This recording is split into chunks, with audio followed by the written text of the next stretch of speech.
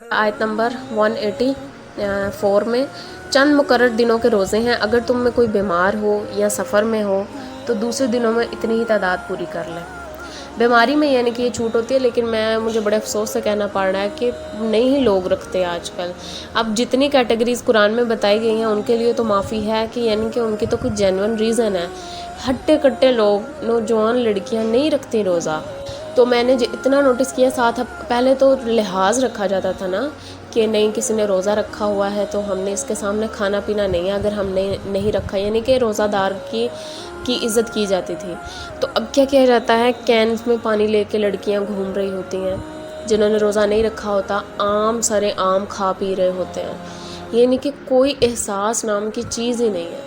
तो दीन से दूरी इस हद तक बढ़ चुकी है। उनसे पूछो ना, मेरा बड़ी लड़कियों को मैंने देखा ना, नौजवान बिल्कुल यानी कि सही रोज़ा रखने वाली उम्र है, फर्स्ट ईयर सेकंड ईयर की लड़कियां। तो मैंने पूछा, मैंने कहा आपने क्यों नहीं रोज़ा रखा? मामा ने नहीं रखने दिया। मामा कहती हैं अभी तुम्हारे अंदर, तुम नहीं रख पाओगी, तुमसे बर्दाश्त नहीं होगा, ये वो। यानी माओ ने इतना उनको बिगाड़ के रखा हुआ है, या ज़रा भी उनसे बर्दाश्त नहीं होता माओ से कि वो तकलीफ़ में हो। तकलीफ़ तो खैर ये होती नहीं इसमें।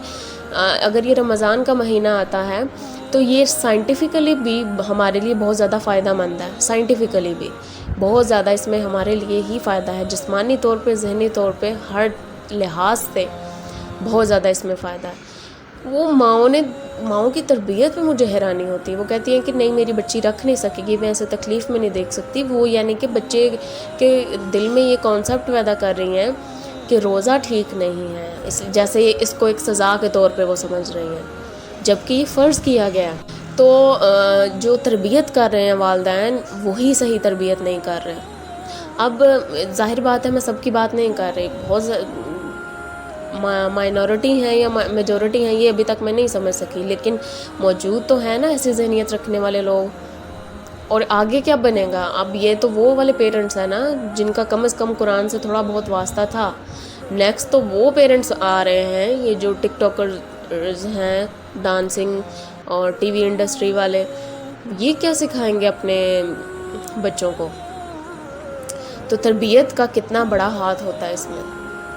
तो नहीं रख रहे होते। मैंने देखा है, मैंने तो बहुत ज़्यादा देखा है, जिम जाने वाले हजरात सारा साल अपने जिस्म पे काम करते हैं, वो इतने बड़े बड़े उनके बाइसेप ट्राइसेप्स बन जाते हैं, मसल्स पे बहुत ज़्यादा फोकस करते हैं, रोज़ा वो एक नहीं रख सकते, गिर रहे होते हैं, मर रहे होते हैं, हमसे नहीं रोज़ा रखा जाता। तो ज़रा भी बर्दाश्त नहीं रही लोगों में, अब ज़रा भी बर्दाश्त नहीं रही। रोज़ा रख लें या नफली रोज़ा तो फिर दूर की बात है, जो फ़र्ज़ रोज़ा नहीं रख सकते। खैर मैंने ऐसा देखा है, मगर बस इस्लाह की ही कोशिश हम कर सकते हैं।